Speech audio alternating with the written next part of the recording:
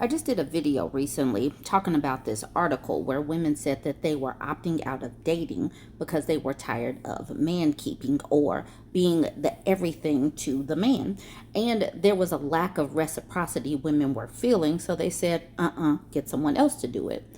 And this post in the 2X chromosomes speaks to that perfectly. I'm going to read the post, and then many of the subsequent comments are they're really good. They're really telling of where women are headed and why they are opting out. She asked the question, are hetero women still being asked to fix the mental health problems of their partners with mental health issues? She says, I had a conversation with 3 people lately. Granted, they are all operating upon different levels of dysfunction, but all 3 mentioned the following. 1, finding a female partner to help them be happy. 2, finding a female partner to make their homes, meaning they weren't going to hang a picture on the wall unless there was a woman decorating. One person did not buy a couch even when his couch looked like trash, absolutely broken. 3, finding a woman to help them navigate their dysfunctional parental relationships. 4, finding a woman to accommodate their needs to sulk and not participate in the relationship until they are ready. So, women are supposed to be therapist, homemaker, problem solver, manager, and have a full-time job. And then the men who could get up and get therapists like women do, read a self-help book, take a medication, can't be bothered to because reasons. But ultimately, anything feelings related seems to be women's work and not worth it. Or they think their depressed, alcoholic, or miserable personalities are not changeable, and they need you to at once accept it and manage it. Excuse me? Can we stop expecting women to do everything in relationships? If a man can't make his own home or hang a picture on a wall without you, bye. If a man needs too much sulky me time and he doesn't really contribute anything or seem willing to pursue therapy or meds, bye. Feelings are not optional. Men need to take charge of their mental health, like going to the dentist. Expecting female partners to be lover, mother, sister, therapist, interior designer, life coach, fixer, spiritual leader, homemaker, cook, and the mother of his children is insane, all while having her own emotional baggage and job. This must stop. This continues female oppression. Stop normalizing the princess charming who comes to save men from themselves. Bravo to you if you dodge these people who need to help themselves first. I can see working with someone trying, but a lot of them are not. The very first comment under this post literally made me laugh. I'm going to move out the way. Old Mastodon says, I see this a lot. Men need to understand that if she isn't a therapist, she isn't their therapist. She's not qualified. She may need her own therapy. This part made me laugh. Her vagina is not a license to practice therapy. Pay a qualified therapist, bro. Omewamu Shibalnu says, in discussions about it, many men tend to downplay or deny how much therapy work they need and are asking of a partner. They claim that all they really want is for the woman to give a little compassion and affection, and that women are saying, I'm not your therapist, are doing so as a cop-out from baseline empathy. But it's that old saying about equality feeling like oppression, where they're comparing the state of women having their own boundaries to the expected default state from the good old days of being taken care of. Amen. We are not doing that, and we're not obligated to. And we don't feel that sense of desperation that they used to have back in the day, that women used to have back in the day for the sake of survival. No Gardlery says, I had a long discussion on some other thread with someone who insisted this part that I owed men empathy because they were lonely. I owed men empathy because they were lonely.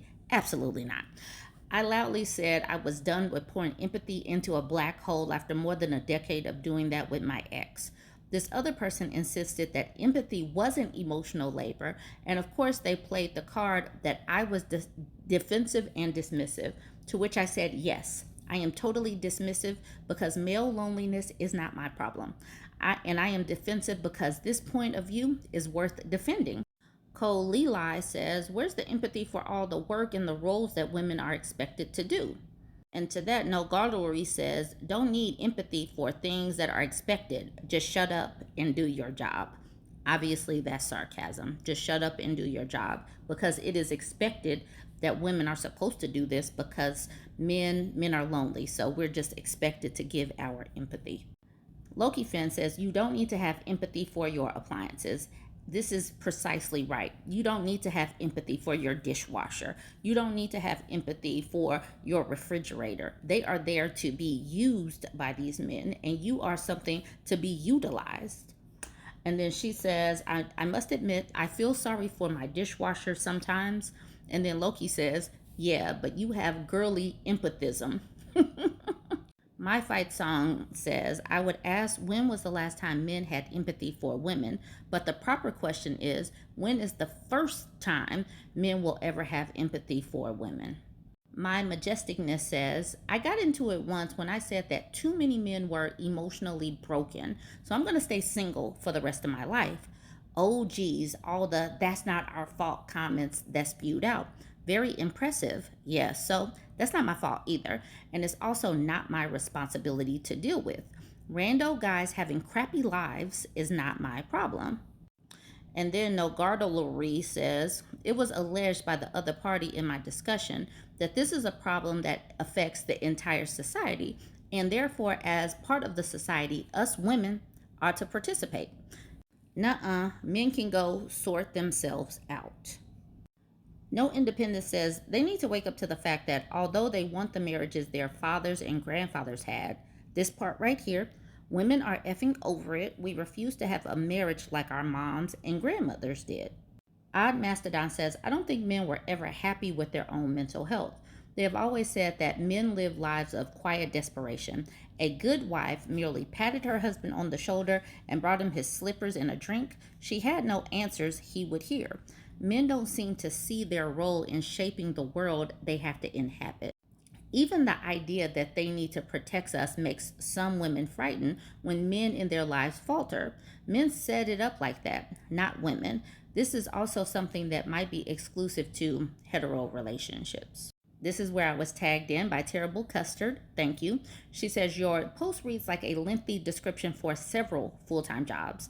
Bourbon Bougie summarizes it as being the wife appliance. Check out her YouTube channel as she critiques articles and Reddit posts on the malfunctioning wife appliance, amongst other topics. End of press release. Thank you for the press release. This one from McPickle says, my man-child ex one time had the audacity to tell me I will be a horrible psychologist because I wasn't interested in being his personal 24/7 therapist. This part made me laugh. He can go eat rust. And then to that, Odd Mastodon says, I love he can go eat rust. I mean, that's why you didn't become a psychologist. Certainly not for free and 24/7. It's a job people who want it. I'm sorry, it's a hard job for people who want it. By the way, he owes you $250 an hour. And then Anthena says, even if she is a therapist, she shouldn't be their therapist.